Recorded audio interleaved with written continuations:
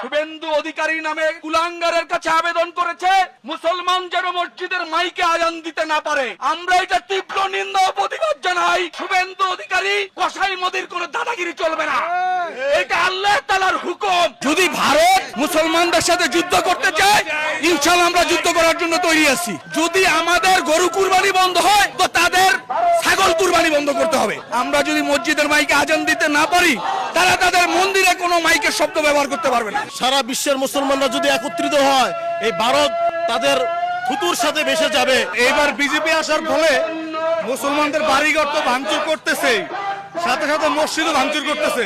এটা আমাদের ইমানি দায়িত্ব, যেহেতু আমরা আল্লাহ রাসূল সাল্লাল্লাহু আলাইহি সাল্লামের উম্মত। আমাদের ইমানি দায়িত্ব হিসেবে আমরা একটা তীব্র প্রতিবাদ করি এবং নিন্দা জানাই। যদি ভারত মুসলমানদের সাথে যুদ্ধ করতে চায়, ইনশাআল্লাহ আমরা যুদ্ধ করার জন্য তৈরি আছি। আমরা এক আল্লাহু আকবার ধ্বনি দিব। আপনারা বঙ্গোপসাগর পার হইয়া, ভারত সাগর পার হইয়া প্রশান্ত মহাসাগরে পড়বেন। এই জন্য আমাদের সকলের দাবি, মুসলমান যারা আছেন তারা এক হন এবং হিন্দুদের বিরুদ্ধে আমরা প্রতিবাদ জানাচ্ছি। অনতিবিলম্বে যদি মোদী সরকার এই আমাদের মুসলমানদের উপর আগ্রাসন অত্যাচার বন্ধ না করে, আমরা ভারত অভিমুখে লং মার্চ করবো ইনশাআল্লাহ। যদি আমাদের গরু কুরবানি বন্ধ হয়, তো তাদের ছাগল কুরবানি বন্ধ করতে হবে। আমরা যদি মসজিদের মাইকে আজান দিতে না পারি, তারা তাদের মন্দিরে কোনো মাইকের শব্দ ব্যবহার করতে পারবে না। তারা তাদের ধর্ম পালন করুক, আমাদের তো কিছু নাই। কিন্তু তারা যদি বাধা দেয়, তাহলে তো এখানে তো লড়াই হবে। আমরা জিহাদ চাই, জিহাদ করে বাঁচতে চাই। আমরা তো আজকে এলাকা ভিত্তিক কর্মসূচি দিছি, পরবর্তী যদি বন্ধ না হয়, তাহলে আমরা ইন্ডিয়ার এম্বাসি ঘেরাও করব।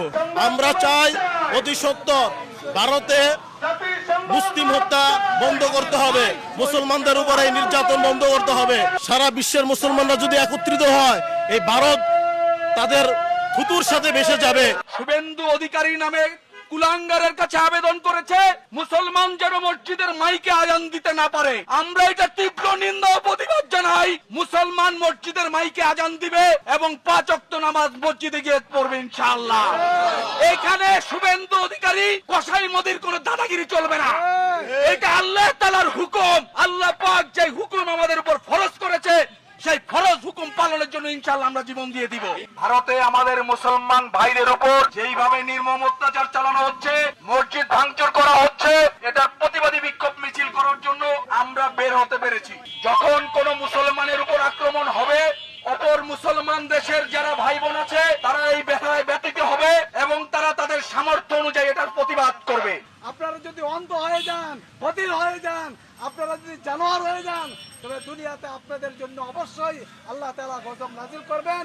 আমরা চাই দুনিয়াতে শান্তিতে অবস্থান করে দুনিয়াতে ইসলাম প্রচার আর প্রসার অব্যাহত থাকবে। মৃত্যুর সময় কলমা পরে পরে যেন আমরা জান্নাতে যাইতে পারি।